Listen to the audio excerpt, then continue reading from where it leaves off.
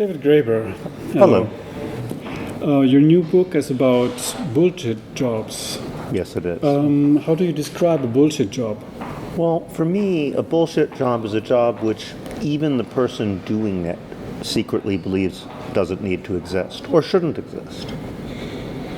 All right. How come you gave this kind of a job such a name? To the German public, I have to explain that bullshit does not mean big shit, but nonsense or idiocy. Yeah, that's right. Yeah. In German, Quatsch or Schwachsinn. What other words came to your mind while looking for a name for this phenomenon? Well, I actually ran across a web page which is called a bullshit job title generator, and in that the phrase bullshit was really applying to the titles, but I misread it at first as applying to the jobs. And I thought, yeah, that sounds about right. So I never really actually had a different name in mind. I sometimes, when I'm in company where it wouldn't be appropriate to use the word, I say pointless. You know, ever had a job that's just totally pointless? Please name as many bullshit jobs as you can think of. Well, it's hard to do because it's a really subjective judgment. I'm not really the person saying, "Hey, you, that job is bullshit." You know, you're okay, but not you.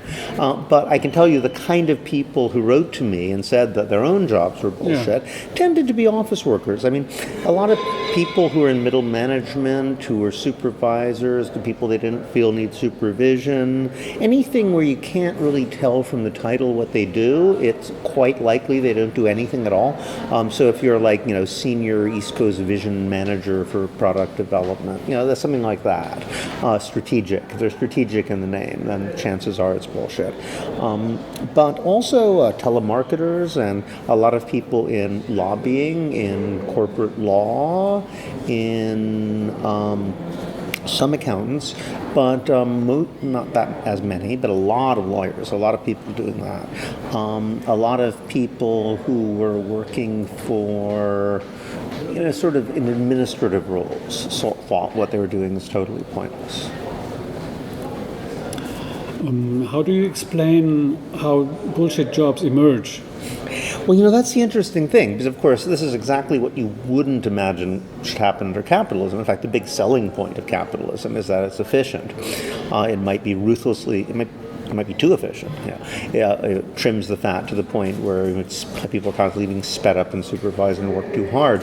But if nothing else, it doesn't allow people to just sort of sit around and do nothing or employ people just for the sake of employing them, you'd think. But in fact, if you ask people, like 37%, according to some surveys, say that their jobs don't need to exist, and about the same number in the private sector as in the public sector. So that's very hard to explain. I think that a lot of it this happens in the way organizations develop. They tend to create fat. But the question for me is not so much why it happens, but why nobody does anything about it. Why is it that we allow this to happen? Why is it the fact that maybe a third or more of people feel that their jobs don't need to exist isn't seen as a social problem?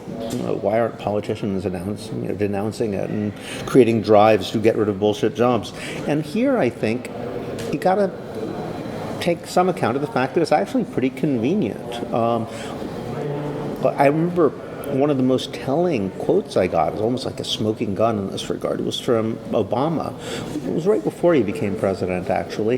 He was talking about healthcare reform. He says, everybody says single payer would be more efficient than this incredibly complicated private health system that America has with its endless reduplication of effort, 250, 350 different private firms. He said, sure, that's true, but what are we going to do with all the jobs? There's like 2-3 million people who are working for the private healthcare industry that probably are unnecessary if we had a more efficient one. What are we going to do with them? So that gives a perfect example. He actually said this current system, the market system, is less efficient than a socialist one. That's why we like it. It creates unnecessary jobs that keep people employed.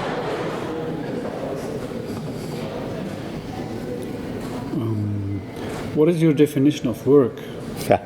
Well, the standard definition of work is something that you are not doing for its own sake. Work is something that you do simply in order to achieve some other goal. generally speaking, nowadays we think of work, we think of jobs, although of course 50% of work isn't paid. 50% of work is housework or other unpaid labor of one kind or another. It's generally something usually onerous, not necessarily, but that you wouldn't do for itself or don't do for itself, but rather to achieve some kind of goal outside of itself. That's a common definition of work. Economists use that all the time. Was part of your book inspired by Crime Think's book about work? I like that book, and I like the Crime Think people. They're actually friends of mine, a lot of them. So yes, there's a tradition within the anarchist, there's a kind of anti-work tradition within anarchism. Ultimately, and this goes back, well, there's a great essay called The Abolition of Work by Bob Black, which influenced Crime Think, and even beyond that, it can be traced back to people like Paul Lafarge, who was actually Marx's son-in-law, who wrote a book called The Right to be Lazy. And in fact, if you look at the history, in the early part of the 20th century, generally speaking, it was the anarchist unions that were for 8-hour day was the most famous issue in the 19th century, but were for less hours, and it was tended to be the socialists who said, no, we want more money, we don't mind working most of the time as long as we get our rewards for it. Whereas the anarchists are actually saying, no, we want out of the system entirely, we want time for ourselves to do what we want with. What would you say, all in all, was the purpose of your book? Well, there's several purposes. I mean, part of the purpose of my book is simply to provide a way for people to talk about something which is causing an incredible amount of pain, psychological distress, just social misery. I mean, there are people who are depressed, having anxieties and panic symptoms, terrible workplace dynamics where people are bullying and abusing one another, and it all has to do with this feeling of complete pointlessness, that their jobs shouldn't or don't need to exist, or the tasks they're doing don't need to or shouldn't be done. And there seems to be a taboo about talking about the problem. So one thing the book is to do is just give people a language to talk about it, to realize they're not alone, that like millions of people feel exactly the same way, and hopefully to bring it to people's attention as something we should think about as a social issue. Another element, though, and this is much more, I do come from an anti-capitalist tradition, is to point out that a lot of the selling points of capitalism aren't as strong as we think they are. The usual line is that, all right, capitalism has certain drawbacks that we all know about. It creates alienation, it creates misery for some, it creates inequality almost invariably. People say, well, yes, but that's the cost of efficiency. Capitalism is the most efficient system anybody has ever developed. Anything else would never really work. It's the best allocation of time and resources. If a third of all people working under the capitalist system feel that they're doing absolutely nothing, or nothing that actually needs to be done, well, apparently it's not as efficient as we thought.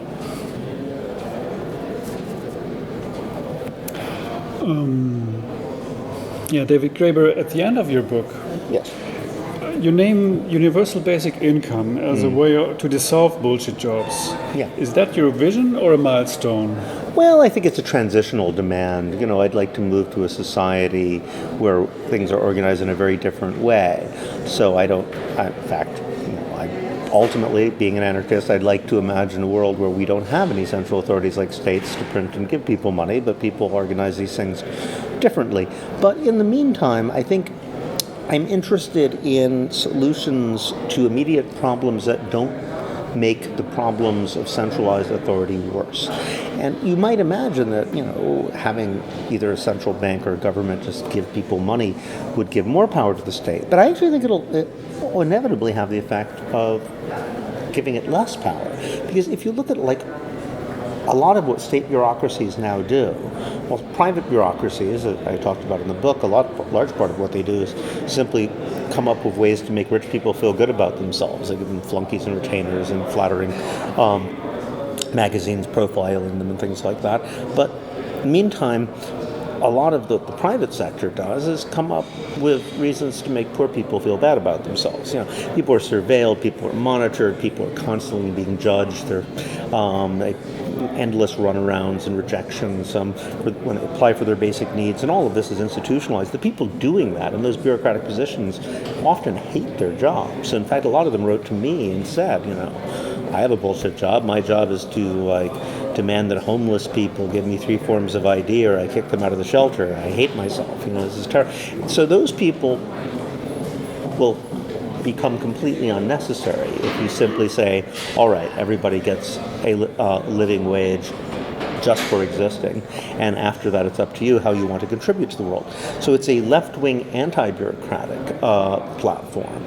All those bureaucrats who are miserable now doing this sort of surveillance work, well, they can all get basic income too, right? They can go off and form a jug band or, restore antique furniture, do something that makes them happy, and I think the world will be better for it. So in that way, I think it's a reasonable transitional demand. And how would you describe your vision in your wildest dreams? In my wildest dreams are such that I'm not even sure, because I am a pro-technology person. I think that we should move toward trying to create new forms of technology which would be appropriate for a free society. So who knows how the economy would be organized if all the people who are now making up algorithms for Wall Street were to make up algorithms to try to figure out a better, a type of distribution of goods and services that would make us all equally free. But I think that we do need to reevaluate labor and what we find useful in our work. I think people want to work, but I think people talk about social value a lot. When I tried to look at why they said their jobs were worthless, they said this work has no social value. And the sense of social value that they were talking about, I got the feeling it has a lot to do with caring for others and helping others. People need a feeling that often psychologists find that it's more important to be able to care for someone else even than to be cared for yourself.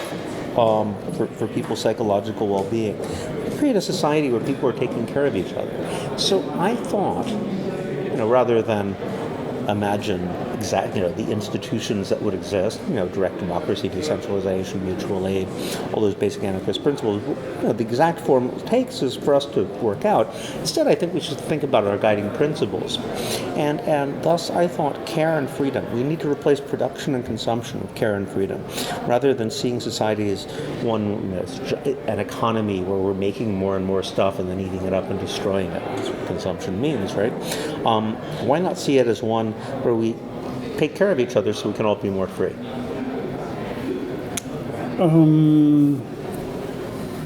My favorite vision is a society without money, exchange, and coercion. How do you like that? Well, yeah. You see, it depends on how you define money, right? What I always say about money is exchange, I would say. Well, exchange. People will be doing exchange in some context. The thing is, we need to get exchange out of the zone where it actually affects your ability to live. On other levels, I'm sure people will do. I wrote a book on debt where I said that communism, exchange, and hierarchy are sort of basic principles that will occur in some context, but that doesn't mean they're going to occur in central contexts which determine people's access to things they really need or to find their lives around. They could just appear in games. But in terms of money, well, it depends on how you define money. If you define money as, in the broadest sense, well, it's basically a rationing ticket, right? You could ration bread and ration cheese like they do in wartime. Or you could ration everything, which is essentially what you do with money. It's a chip that says, you can get a certain amount of anything you want using this stuff, but only if you have this stuff. Well, it strikes me that we want to keep rationing to a minimum. It's hard to imagine a society where nothing at all will be rationed, because there are some things that will be scarce. But we want to ration as little as we possibly can.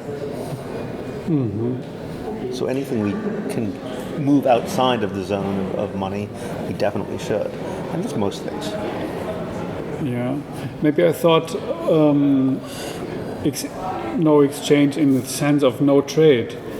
Trade, yeah. Well, I mean, there's a lot more I'll give rational you ways. only if you give me something else. Yes. I mean, there should be evidently exist some free flow of things. Yeah. Yeah. I mean, And then share that is that there was a lack of things. well, people like to entertain themselves. Trade is an interesting phrase. As an anthropologist, I'm always amused when people say, "Oh, capitalism has always existed. Look, there's trade," which is like a completely circular argument. They'll say, even if you go back thousands of years, things move around long distances. Therefore, since I can't imagine any way that would have happened except through some kind of exchange or trade, it must have been capitalistic. That's obviously absurd. But if you look at what people actually do, it often will surprise you. Someone did a whole study of North America. How did shells and other exotic objects move thousands of miles across the continent? And it turned out that one of the major ways they did it was women's gambling. People like to play, the equivalent of card games, and with the people in the next village, and stuff was moved back and forth. They bet it and gradually it moved across the continent that way. Lots and lots of villages do it next to each other. So I think we'd be surprised what people will do to entertain themselves. But again, societies like that kept the domain of things you really need. Food, they didn't do that with. Everybody had access to food. Then luxuries, well, they had fun with that. They're always playing some kind of game. Maybe that'll involve exchange, maybe it won't. A condition for my vision without money exchange is to have common or social property and share that in individual possession. Yes. Many people are scared to share their individual property because they are used to scarcity and not have experienced enough common plenty. How could a shift from individual property to common property be achieved? Well, we need to begin by thinking about the things we already do in a communistic fashion. We're actually more communist than we think we are. All societies are. If you didn't have a certain level of from each according to our abilities, to each according to our needs, we couldn't survive at all. I always point out that even within corporations, if I say I'm working for ExxonMobil, I'm working, in a bank, but I'm working to fix their toilet, and I say, hand me the wrench, the guy doesn't say, yeah, what do I get? You allocate resources by needs and abilities, and you'll behave like a communist. So in fact, everybody has experience of behaving in a communistic way. They just don't realize it. So you need to remind people what they're already doing. You need to expand the domain of that communistic sharing and cooperation, and as far as you possibly can, and limit the more pernicious, hierarchical and exchange relations, and shunt them off to areas where they're basically in games and have nothing to do with your basic needs, so they can't really hurt anybody. So to remind people and make it a topic. Yeah. Yes, and I find that in our societies we think of ourselves as democracies, but we don't really know how to do democracy because we don't really coordinate things in an egalitarian fashion with large groups of people very much. But communistic relations, we do have experience of that. We've all done that sometimes, and cooperate on the basis of needs and abilities rather than on terms of exchange. We just don't realize we're doing it. So we've all done direct action. We've all done basic forms of cooperation, working out problems in a non-coercive way. We just never thought that that's what we were really doing. Even consensus process. We think of this as an exotic thing that people do in distant societies, but construction workers make decisions by consensus all the time. They just don't call it that. So I think if we start by pointing out to people what they're already doing and then put new words on it, I think that could take us halfway there right now. You call yourself an anarchist. I do. How do you define that? Well, if I were the choice, maybe I wouldn't have used the word because it puts people off. I first started using it because it was in an academic context, and I thought you should be honest about your intellectual origins of your ideas. A lot of them come out of the anarchist tradition, but I define it as looking forward to a horizon where the state and capitalism can be done away with entirely. And proceeding towards that horizon in a way which doesn't make the problem worse. You don't get rid of the state by creating an even stronger state, like this state socialism did, and then imagine that someday it'll go away. You need to make your means and your ends as consistent as possible. For me, that's one of the central principles of anarchism. Direct action. I've defined direct action on occasion as the defiant insistence on acting as if one is already free. When you form a Occupy camp, you try to operate in the way people would relate to each other if there were a free society. Obviously, we don't live in a free society, so that will create problems. The cops will come and say you're breaking the law in all sorts of ways. But do it anyway and see how far you can take it. When you look back on the Occupy movement, what would you say you liked and what was achieved? Well, I think the major thing we achieved was a cultural transformation, a transformation of attitudes, and that's been very profound. I mean, people have this immediate gratification idea that you press a button, something's supposed to happen.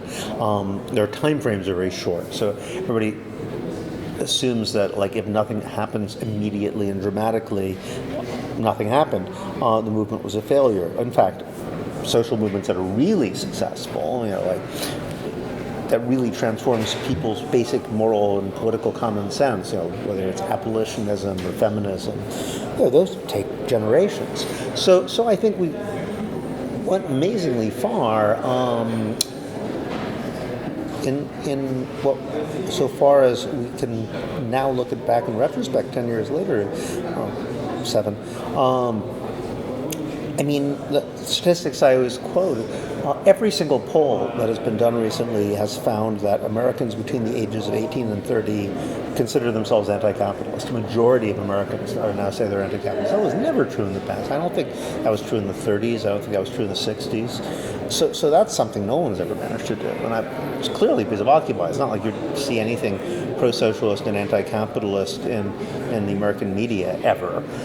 It's not like you'd see a politician talking about that. It had to come from social movements, and many people indeed say that, that's where they were first exposed to those ideas of occupations and in the sort of media, popular social media surrounding it.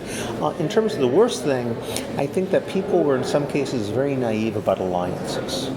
People had a sense that the liberal classes, as they're sometimes called, the sort of people who define the left of the political mainstream, would recognize something that the right of the political mainstream does recognize, which is that, you need to cultivate your radicals to seem like the moral center. And the people on the left seem to hate the radicals even more than they hate their rivals on the right. They were willing to put up with us just as long as they thought we were ultimately going to join the system and campaign for them. As soon as they figured out that we weren't going to do that we were actually true to our principles, they immediately stabbed us in the back and were the primary engines of our suppression. So I think we really need to rethink our alliance strategies next time around. Well, I somehow I didn't understand well. Who stabbed you in the back? Well, basically the left wing, the Democratic Party. But for example, we got press came out of nowhere. I mean, suddenly police atrocities against people were news. They were never news in America before. There was a famous example I always quote. It's a case where these 2 or 3 women were pepper sprayed in the face. They were trapped in a police net, and this cop just walked up and attacked them, even though they were obviously incapacitated and harmless. And this suddenly became a huge scandal across America. There was on all the nightly news. Everybody was talking about it. I remember when I first saw the video. I wasn't there when it happened. I saw the video, and when the guy started walking up, the cop, I said, "Oh, I know the guys who walk. That's Tony Baloney." This guy always does that. There's no demonstration in New York where he doesn't pepper spray somebody in the face. He's notorious. He's incredibly violent. And never been news before. Suddenly it was news. And suddenly all this stuff that everybody totally ignores was news. So clearly somebody in the sort of liberal establishment decided we're going to push this. It'll be like the left-wing version of the Tea Party. It'll play into our hands. And then we realized that, the movement really was mostly anarchists or people who didn't want to join the system because they thought the system was inherently corrupt, suddenly the news disappeared. That all stopped. And much, much worse, like violent acts by the cops started happening, and it wasn't news at all anymore. When you say that the strategy should be thought over, what comes to your mind and which direction? I think we need to make better alliances. I mean, I don't know. We worked with labor unions, and the labor unions were actually were more solid. But I think we needed to think about creating our own media more quickly. I think one thing that's really a shame is that back in the days of the globalization movement, there was indie media, there was independent media that we could just bypass the mainstream media, and that was no longer the case. We've sort of fallen back on all these corporate venues like Facebook and Twitter and things. Never understood why we would want to use a private capitalist corporation as our way to advertise and disseminate all radical ideas. It's crazy to me. We need to have our own media.